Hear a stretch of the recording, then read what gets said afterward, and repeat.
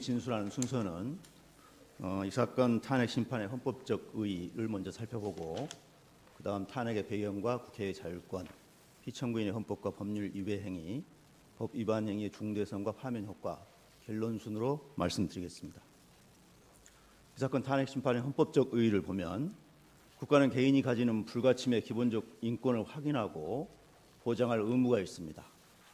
민주공화국에서 주권자의 핵심적인 자유는 언론의 자유이고 이 언론의 자유에 방송의 자유도 포함됩니다.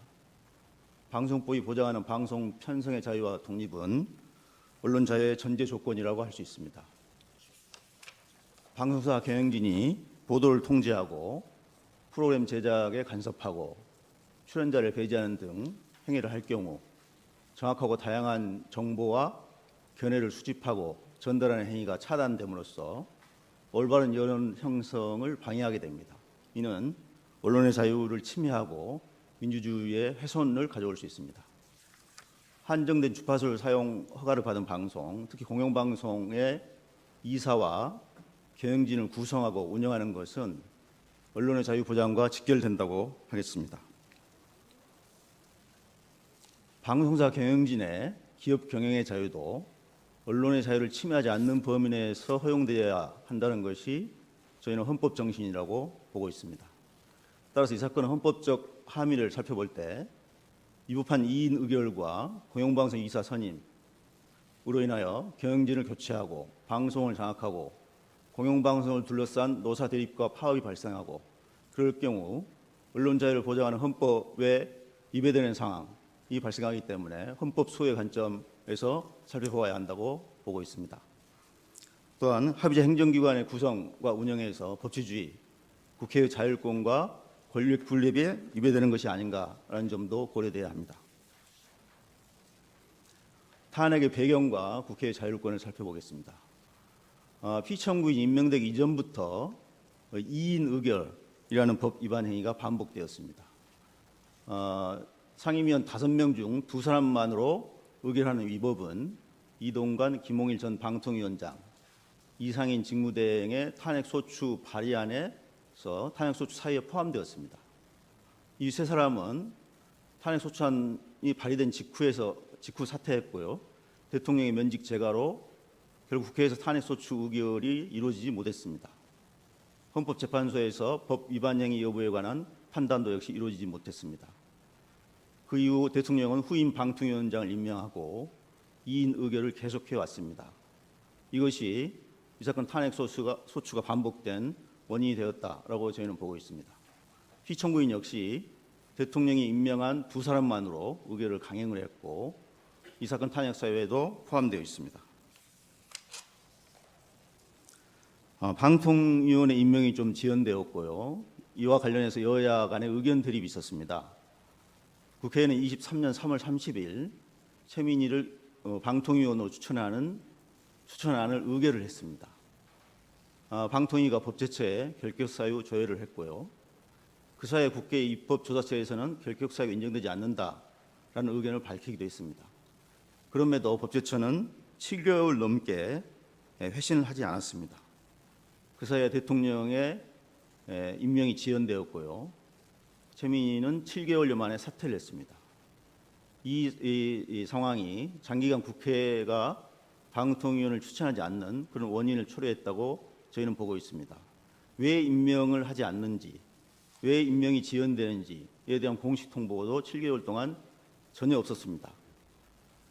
그런데 임명이 지연된 기간 동안에 대통령이 임명한 2사람의 위원으로 의결이 반복되었습니다. 이것을 볼 때 대통령이 임명한 2사람만으로 의결을 강행하기 위해서 야당 추천 최민희 의원을 임명하지 않은 것이 아닌가라는 의심을 사기에 충분합니다. 그렇다면 이인 의결을 계속 강행한 방통위가 자초한 것이 아닌가 저희는 그렇게 보고 있습니다.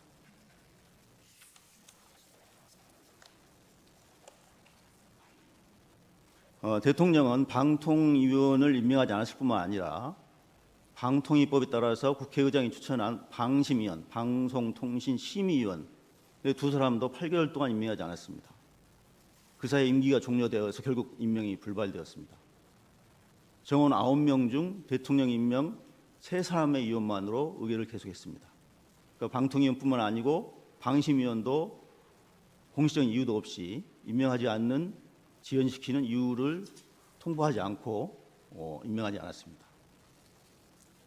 야당은 2024년 9월에 방통위원 추천을 시도하다가 중단했습니다. 여당의 원내대표가 방통위원 추천은 이 사건 탄핵 심판에 개입하는 행위이다. 탄핵소추 철회 후에 여야 합의로 3인을 추천하자라고 주장을 했고요. 여당 과방위 간사도 같은 의견이었습니다. 이렇듯 국회에서 추천하는 것은 여야 간에 교섭단체 간에 여러 가지 의견 차이, 대립이 있기 때문에 지연될 수 있다라는 점을 우리는 알 수 있겠습니다. 그러나 과거에 방통위원이 임명이 지연되거나 임명되지 않는 그런 전례는 없습니다. 과거 5차례 국회에서 추천한 방통위원은 모두 임명이 되었습니다. 2010년 야당 추천 양문석 의원은 그 당시에도 결격 사유 논란이 있었습니다마는 59일 만에 임명이 됐고요. 2014년 야당 추천 고삼석 의원은 심지어 법제처에서 부적격, 결격 사유가 있다라고 회신을 했습니다마는 101일 만에 국회의 추천을 존중해서 임명했습니다. 당시 국회 입법조사서에서는 법에 국회가 추천한다는 것이 명시되어 있고 결격 사유에 대해서 광의 또는 협의의 해석 여지가 있을 때에는 추천 당사자인 국회의 해석이 존중되어야 된다라는 의견을 밝힌 바가 있습니다. 방통위원 추천은 기본적으로 국회의 자율권에 속하는 사항이라고 봅니다. 방통위법에 국회가 언제까지 추천해야 되는 건지, 어떤 절차를 거쳐 추천해야 되는 건지라는 규정은 없습니다. 헌법재판소도 헌법은 국회 운영의 폭넓은 자율권을 인정하고 있고 이는 입법, 재정, 견제, 인사기능, 국회가 갖고 있는 기능의 실효성을 높이기 위해서 필요 불가결하다라고 판단한 바 있습니다. 따라서 헌법재판소를 포함한 제3의 기관이 국회의 자율권에 속하는 사항이 정당한지 여부를 판단하는 것은 권력분립 원칙 또한 헌법기관인 국회 위상과 기능에 비추어 봐서 바람직하지 않다라고도 판단했습니다. 국회 방통위원 추천도 국회의 폭넓은 자율권 영역에 속합니다. 국회 추천이 지연됐다고 해서 그것이 정당하냐, 정당하지 않느냐라는 판단을 하게 되면 권력분립 원칙에 위배되고 헌법이 허용한 국회의 자율권을 존중하지 않는 결과가 됩니다. 방통위의 모델이 된 미국 연방통신위원회 FCC도 한 명의 위원이 상원이 인준을 지원하는 바람에 2년 만에 임명이 됐습니다. 5명의 위원으로 구성되는데 같은 정당 소속 위원은 3명을 초과하지 못하도록 되어 있습니다. 그렇다면 한 명이 임명되지 않은 상황에서 2대2로 의견이 대립되는 안건은 결국 의결을 못했습니다. 그럼에도 불구하고 상원의 인준권을 존중하면서 2년 동안 기다려왔다라고 볼 수 있겠습니다.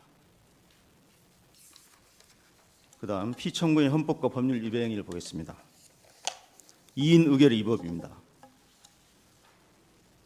방송 자유와 공공성, 공익성을 위한 입법적 결단에 따라서 합의제 행정기관으로 방통위원회가 설립되었습니다.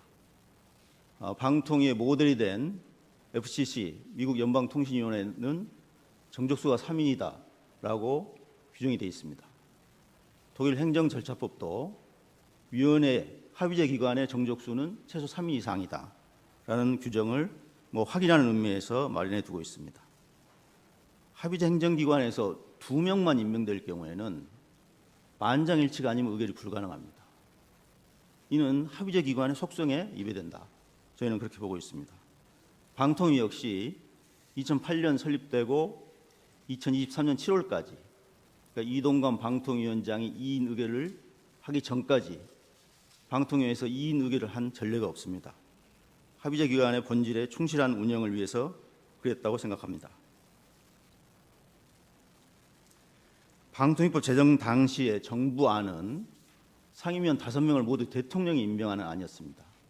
그러나 국회가 법안 심사 과정에서 5명 중에서 국회 추천 3명, 여당 1인, 야당 2인 추천으로 변경해서 법을 제정을 했습니다. 방통위가 설립되면서 폐지된 기능이 일부 중복되어서 폐지된 구방송위원회도 전체 위원 9명 중 6인을 국회에서 추천하도록 그렇게 돼 있었습니다. 현재 방통위법은 위원 결연 시에 지체 없이 보궐위원을 임명하도록 규정하고 있습니다.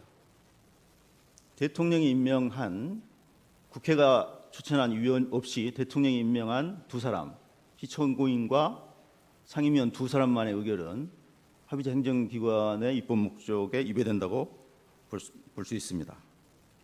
그다음 회의 개최와 관련해서도 이틀 전에 회의 일시 장소 상정 안건을 통지하도록 규정을 했습니다마는 긴급하거나 부득이한 사유가 없음에도 불구하고 이 통지를 하지 않았습니다.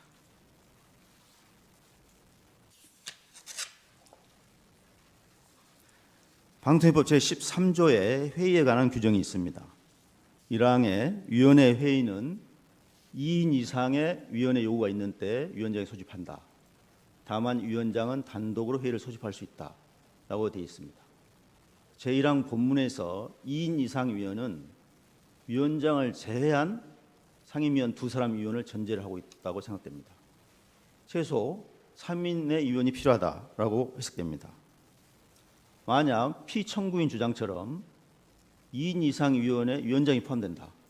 2인만으로 의결을 할 수 있다라고 가정을 한다면 위원장이 부동의한 회의는 소집할 수 없습니다. 위원장이 본문이든 단서든 동의를 해야 되기 때문에 소집이 가능한데 그렇다면 위원장이 동의하지 않으면 소집이 불가능합니다. 위원장이 단독으로 회의 소집이 가능하기 때문에 본문이 불필요합니다. 그러니까 이런 법 해석은 법 해석의 남용이다. 저희는 그렇게 자의적 해석이다라고 생각이 됩니다.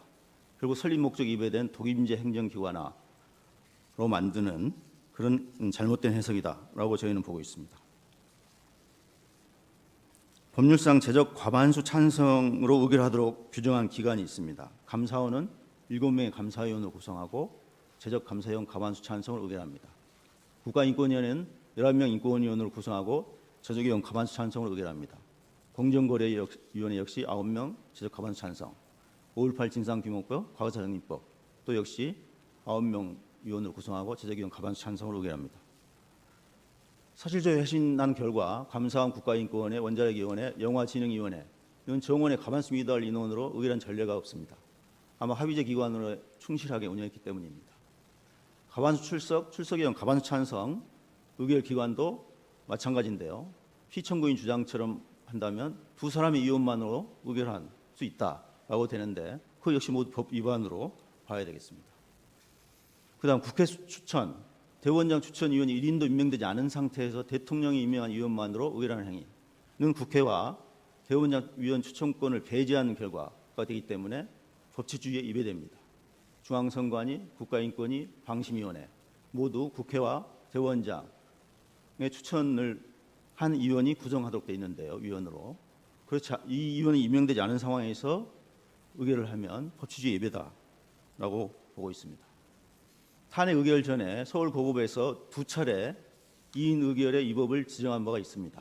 방통위법 입법 목적에 저해될 우려가 있다. 절차적 위법성이 문제될 여지가 있다라고 판단한 바 있고요. 이 사건 탄핵 의결 후에도 행정법원에서 두 차례 정치적 다양성을 반영한 5인 상임위원 구성으로 된 회의를 전제하고 있다. 최소한 3인 이상의 구성원의 존재는 의사결정의 필수 전제 조건이다라는 판단을 한 바가 있습니다. 피청구인은 국회가 추천하지 않았기 때문에 2인 의결이 불가피하다라는 취지로 주장하고 있습니다. 그러나 최민희를 임명했더라면 2인 의결 위법 논란은 종료가 됐을 것입니다. 만약에 국회 추천 여부의 정당성에 대해서 평가할 경우에 국회 과반수 확보 정당이 일방적으로 추천할 수 있습니다. 헌법상 다수결 민주주의의 원리에 따라 다수결로 일방적으로 추천 의결할 수 있습니다. 그렇게 될 경우 국회 내에 교섭단체 간의 대립이 격화되고 국회와 임명권자인 대통령 사이의 갈등이 심화되기 때문에 국회의 어떤 추천에 있어서의 자율권, 권력 분립 원칙이 적용돼야 된다라고 저희는 보고 있습니다. 피청구인의 2인 의결 행위는 결국 헌법상 법치주의와 권력 분립 원칙이 위배되고 방통위법 입법 목적, 위원 구성과 회의 소집, 의결 조항 등의 법률을 위반했다라고 보고 있습니다. 기피 신청 각하의 위법입니다. 기피 신청된 피청구인 의결에 참여해서 각하 결정을 했습니다. 23년 김효재 부위원장은 기피 신청되었을 때 의결에 참여하지 않았습니다. 해당 사항 당사자는 제척된다는 방통위법에 위반됩니다. 기피 신청 의결에 참여할 수 없음에도 불구하고 참여한 위법이 있습니다. 그다음 회피하지 않은 위법이 있습니다. 피청구인 문화방송 재직 시절 직원을 사찰한 행위로 손해배상 책임이 인정되었습니다. MBC 기사협회에서 제명이 된 바 있고요. MBC 공영방송인 MBC의 민영화를 시도한 전력이 있습니다. 2022년에 페이스북에 MBC를 응징하기 위해서 시청과 광고를 거부하자라는 제안도 한 바 있습니다. 박문진 이사 선임에 공정한 심의 의결을 기대하기 어려운 현저한 사정이 있으므로 회피해야 함에도 회피하지 않은 위법이 있습니다. 그다음 법적 요건과 절차를 위반한 졸속 이사 선임입니다. 방송법 방문진법은 KBS와 박문진 임원을 방송의 전문성, 각 분야의 대표성을 고려하여 임명하도록 규정하였습니다. 방통위는 과거 5차례에 걸쳐서 KBS 이사로 여권 7명, 야권 4명, 박문진 이사로 여권 6명, 야권 3명을 선임했습니다. 선임 과정에서 서류심사, 면접, 5명 상임위원회 충분한 협의, 후보자 압축, 표결 등의 절차를 거쳤고 상당한 시일이 소요되었습니다. 그런데 피청구인 임명 당일에 같은 날 임명된 김태규 의원과 약 1시간 35분 동안 토론 없이 7, 8차례 투표를 반복해서 선임을 했습니다. KBS 지원자는 52명, 박문진 이사 지원자는 31명, 총 83명의 지원 서류는 1,600쪽에 이르고 국민 의견 수렴 결과는 454건이었습니다. 사무처는 지원 서류와 결격 사유 등을 정리하지 않고 접수 서류 그대로 피청구인에 전달했습니다. 야당과 여당을 포함해서 42여 개 정당에 당적을 조회했습니다마는 이 당적 조회가 미착된 상태로 심사 선임 의결이 이루어졌습니다. 결격 사유가 제대로 확인이 안 됐다는 의미입니다. 박문진 이사로 선임된 김동률은 지원서에 허위 경력을 기재한 사실이 나중에 밝혀지기도 했습니다. 이렇듯 단시간 내에 법적 요건에 맞춰서 심사하는 것은 불가능하다. 절차상 내용상 현저한 부실 심사와 의결이 이루어졌다라고 보고 있습니다. 선임하지 않는 당시 야권 이사 KBS 4명, 박문진 이사 3명은 선임하지 않았는데요. 언제 어떻게 임명할지 또 결정된 바가 없습니다. 따라서 여권 이사 KBS 7명, 박문진 6명만을 졸속으로 선임한 행위는 다양성과 대표성을 고려하지 않은 위법이 있다 하겠습니다. 법 위반 행위 중대성과 파면 효과를 보겠습니다. 법 위반 행위 중대성과 파면 결정으로 인한 효과 사이에 법의 형량이 필요하다고 헌법재판소는 판시했습니다. 피청구인은 선거로 선출된 대통령과 달리 정치적 비중이나 기능에 본질적인 차이가 있습니다. 피청구인은 정부위원으로서 대통령이나 국무위원과는 다른 지위에 있고 국회 해임건의 대상도 아닙니다. 방통위는 국무총리 행정감독권이 배제된 상태고 합의제 행정기관 특성에 맞는 강한 공정성과 독립성이 요구됩니다. 법 위반 행위 중대성을 판단하는 데 있어서 고려해야 될 요소로 먼저 법 위반 행위의 명확성을 살펴볼 수 있다고 봅니다. 합의제 행정기관으로 설립된 입법 목적, 다양성 반영을 위해서 대통령이 지명한 2인과 여야 추천 3인으로 구성한 입법 취지, 또 회의 소집에 위원장 외 최소 2사람의 위원이 필요하다는 해석, 그다음에 방통위 설립 후에 15년간 2인 의결을 한 전례가 없다. 그다음 이틀 전에 통지하는 회의 소집 절차 규정에도 위반했습니다. 2인 의결은 입법 목적에 저해가 되고 절차적으로 위법할 가능성이 있다라고 판시한 고등법원 판결이 2건이 있었습니다. 위법한 기피 신청 각하 및 회피 거부가 있었고요. 임명 당일에 졸속으로 공영방송 이사를 선임했습니다. 이러한 법 위반 행위는 명확하고 적어도 법에 위반될 고도의 개연성이 있다고 보아집니다. 그다음 법 위반의 고의성, 고의적으로 피청구인이 법을 위반했다는 겁니다. 직전 3차례 이인의결 위법 등으로 탄핵 소추가 발의가 됐었고요. 야당과 언론에서 이인의결 위법을 반복해서 지적을 했습니다. 고등법원에서 2차례 위법성을 지적을 했고요. 이런 사정을 잘 알고서 의도적으로 대통령이 임명한 2사람만으로 임명 당일에 의결을 강행했습니다. 이는 피청구인이 고의로 법을 위반했다고 볼 수밖에 없습니다. 그다음에 법 위반 행위와 언론의 자유 침해와 관련성을 보겠습니다. 피청구인은 공영방송이 공기가 아닌 흉기로 불리운다라고 이야기를 했고, 공영방송 정상화의 사명감을 갖고 있다라고 이야기했습니다. MBC 내부의 자정 능력을 기대할 수 있을까요? 없을까요? 라고 하는 질문에 대해서는 사담 후세인이 영원할 것처럼 얘기를 했지만 결국 외부의 힘으로 무너지더라. 내부에서 해결 못하고 외부에서 해결한 것인데 MBC도 그렇게 빗대어서 말하고 싶다라고 이야기했습니다. 피청구인의 그 왜곡된 인식만을 우리가 지적하는 건 아닙니다. 그 왜곡된 인식과 연계돼서 과거에 공정방송 요구를 탄압한 경력이 있습니다. 이런 피청구인이 공영방송 이사를 선임함으로써 언론 자유를 본질적으로 침해할 우려가 있다고 보고 있습니다. 피청구인 MBC에 재직한 기간은 86년에 입사해서 홍보국장, 기획홍보장, 기획홍보본부장, 워싱턴 지사장, 보도본부장, 대전 MBC 사장을 역임했습니다. 피청구인이 홍보국장부터 보도본부장 재직시기까지 MBC의 신뢰도는 급격히 추락했습니다.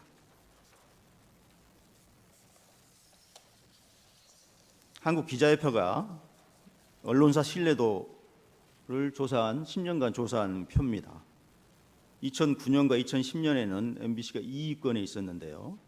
2011년부터 신뢰도가 추락하더니 2013년부터 19년까지 7년간 0%대에 머물렀습니다. 기자들이 그렇게 평가를 했습니다. 자유로운 언론 활동을 제한하는 인물, 내부 인물로는 사장이 51%, 편집 보도국장 13.5%, 중간 간부 6.5% 등 사장과 간부들이 자유로운 언론 활동을 제한하는 인물이다. 7% 이상이 그렇게 답변했습니다. 이렇게 신뢰도가 추락한 MBC는 2016년 광화문 촛불 집회 현장에서 리포트를 하면서 기자가 마이크에다가 MBC라는 태그, 표지판을 붙이지 못하고 정체불명의 사람이 리포트를 하는 것처럼 그렇게 보도를 했습니다. 당시 시위대에 쫓겨가지고 세종문화회관 테라스로 올라갔고 광화문 지하차도로 내려갔다고 합니다.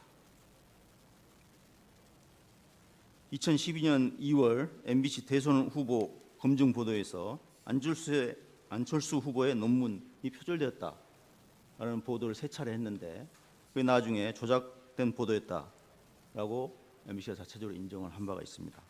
이거는 몇 가지 사례에 불과하지만 신뢰도가 추락한 MBC의 상황이 어떤지를 반영하고 있습니다. 그랬던 MBC가 2020년부터 신뢰도가 상승하기 시작해서 2024년에는 1위에 올랐습니다. 시사저널이 조사한 가장 영향력 있는 언론 매체, 가장 신뢰하는 언론 매체 조사에서 전문가와 일반 국민은 모두 MBC를 1위로 꼽았고 KBS를 2위로 꼽았습니다. 시사인이 조사한 결과를 보면 MBC는 23년부터 가장 신뢰하는 언론 매체 1위에 올라서 올해 24년에도 작년이죠. 24년에도 1위에 올랐습니다. 이어 격차가 매우 큽니다. 기자협회가 작년에 조사한 가장 신뢰한 언론사에서도 MBC는 1위에 올랐습니다.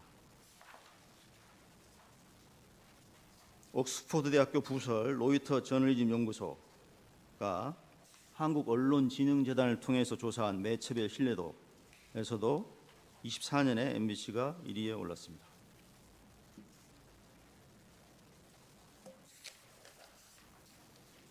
한국갤럽이 분기마다 조사한 한국인이 즐겨보는 주요 뉴스 채널 조사를 보면 MBC는 2013년에 2위권에 있다가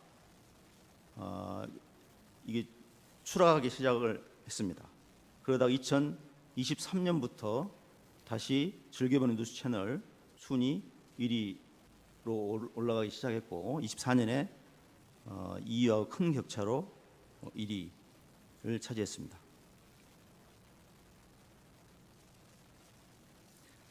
MBC의 언론 매체 신뢰도와 영향력은 피청구인이 간부와 경영진으로 재직하던 시기부터 추락하기 시작해서 이후 바닥을 맴돌았습니다.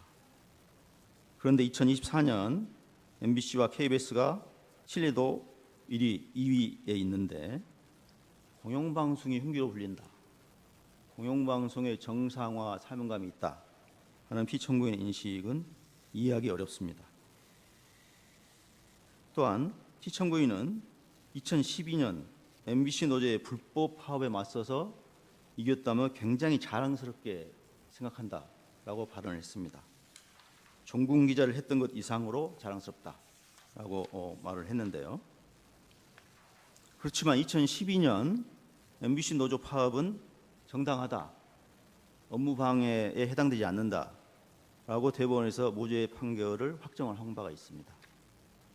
파업의 주된 목적이 방송의 공정성을 확보하기 위한 것이고 사측의 법령 및 단체 협약에 따른 공정방송 의무를 위반했고 이로 인하여 근로조건이 악화되었기 때문에 공정방송을 실효적으로 확보할 목적으로 파업을 해서 목적이 정당하다, 시기와 방법이 적정하다, 따라서 쟁행위가 정당하므로 업무방해에 해당되지 않는다라는 판결을 최종적으로 확정을 했습니다.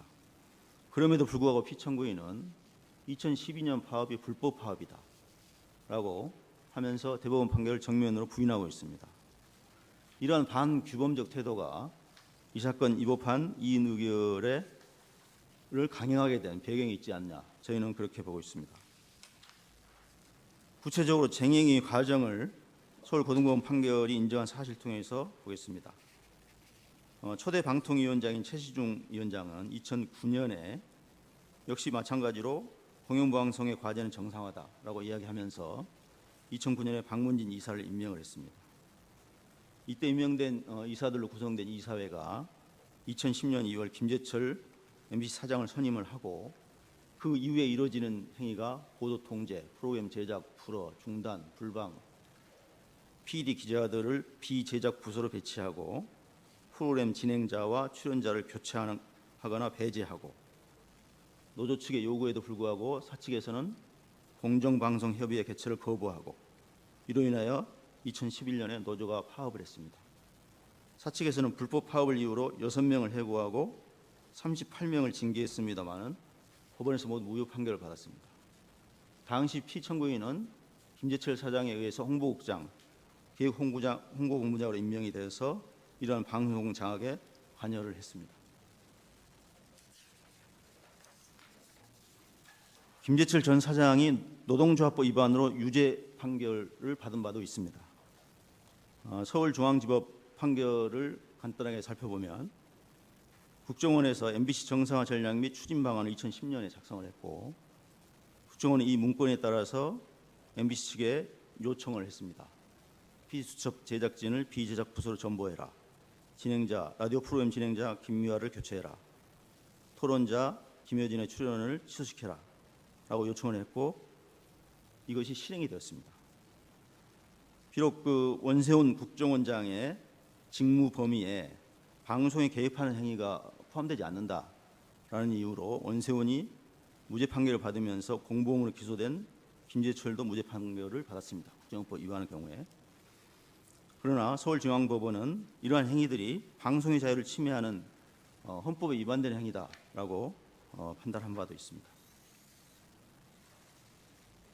안강환 김장겸 전 MBC 사장도 노동조합법 위반으로 유죄 확정 판결을 받았습니다.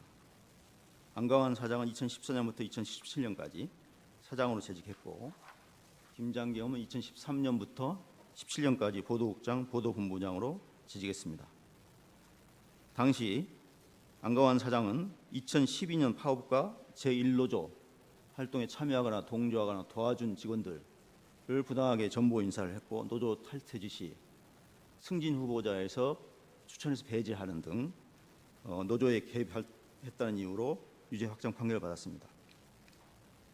그런데 여기서 피청구인이 이 노조법 위반 행위에 가담한 사실이 법원 판결에서 일부 확인이 되었습니다. 안광화는 2014년 피청구인을 보도본부장으로 임명을 했고, 안광화는 방출 노조원 명단을 취합한 후에 피청구인 등과 세 차례 인력 재배치 방안, 그 PD나 기자를 비제작 부서로 배치하는 제작하지 못하도록 하는 방안을 협의를 했고, 피청구인은 임원회의에서 노조 탈퇴자, 거부자를 보고를 했고, 거부자들은 보직이 박탈되고 전보 인사를 당했습니다. 또한 이사회에서 피청구인은 제3노조 소속을 배려를 해야 된다. 경력직의 조직 충성도가 높으니 이들을 많이 활용해야 된다라는 발언을 한 바가 있습니다. 극비야 보도국장인 김장겸은 안광환의 방송 장악 방침을 직속 상관인 보도본부장 피청구인에게 받아서 사실은 전달만 했다. 그런데 왜 이준석을 제외하고 자신만 공범 기소했느냐? 이는 기소 독점권의 남용이 아니냐라는 항변을 하기도 했습니다. 이런 사실에서 볼 때 피청구인이 방송 장악과 노동 탄압에 가담한 사실이 법원 판결에 의해서 확인이 되고 있습니다. 피청구인뿐만 아니라 피청구인 선임한 방문지 이사들도 마찬가지로 방송 장악에 가담을 했습니다. 윤길용은 김재철 사장에 의해서 시사교양국장에 임명되고 PD수첩 제작진 제작 업무 배제 인사조치를 실행한 바가 있고요. 이우용도 김재철 사장에 의해 라디오 본부장으로 임명되었습니다. 라디오 진행자 김미화를 하차시키고 김여진의 출연을 취소시키는 그런 실무를 실행한 바가 있습니다. 이처럼 반헌법적 인식과 방송 장악 경력을 가진 피청구인이 공영방송 이사를 선임을 했습니다. 그 이후 경영진을 교체하고 방송을 장악하고 공정방송을 둘러싼 노사 갈등이 일어날 가능성이 매우 높고 노조 탄압, 이로 인하여 언론 및 방송의 자유가 침해될 우려가 매우 크다. 방송의 공적 책임 수행에 직접 위협이 될 가능성이 있다라는 측면에서 피청구인의 이 사건 법 위반 행위는 매우 중대하다고 평가돼야 합니다. 그다음 헌법소 의지 결의를 보겠습니다. 피청구인은 정당한 파업이다, 노동조합법 위반이다라는 법원 판결을 정면으로 부정하고 있습니다. 오히려 불법 파업이다라고 이야기하면서 이에 맞서서 이겼다라고 자랑스럽게 이야기했습니다. 피청구인이 언론 자유 및 노동 탄압을 한 경력이 있고 이런 것들은 헌법 질서에 미치는 부정적 영향이 엄중하게 평가돼야 한다라고 보고 있습니다. 과거의 자신의 잘못을 반성하지도 않고 있고 불법 행위의 정당성을 강변하고 있습니다. 나가서 이 사건 탄핵 심판 소추안 의결 이후에 직무정지 중에 유튜브에 출연을 해서 보수의 여전사로 불리운다. 가짜 좌파들과 싸우는 전사가 필요하다. 또 야당을 내로남불 다수 독재라고 비난하면서 헌법상 공무원의 정치적 중립 의무를 위반한 바도 있습니다. 야만에 맞선 나의 길, 나의 싸움, 나의 사명이라는 유튜브에 출연을 해서 지금 발언하고 있는 그런 화면입니다.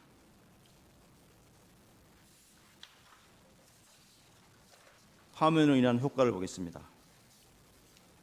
언론 자유 침해와 노동 탄압을 방지하는 효과를 기대할 수 있습니다.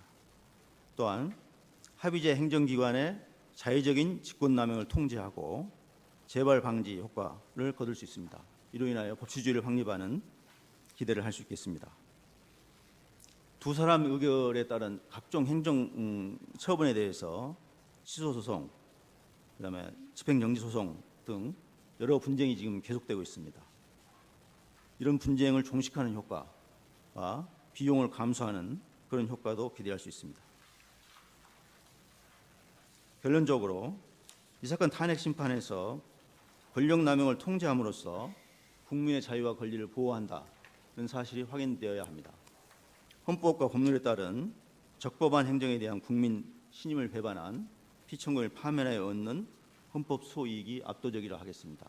피청구인을 파면해 주시기 바랍니다. 마치겠습니다.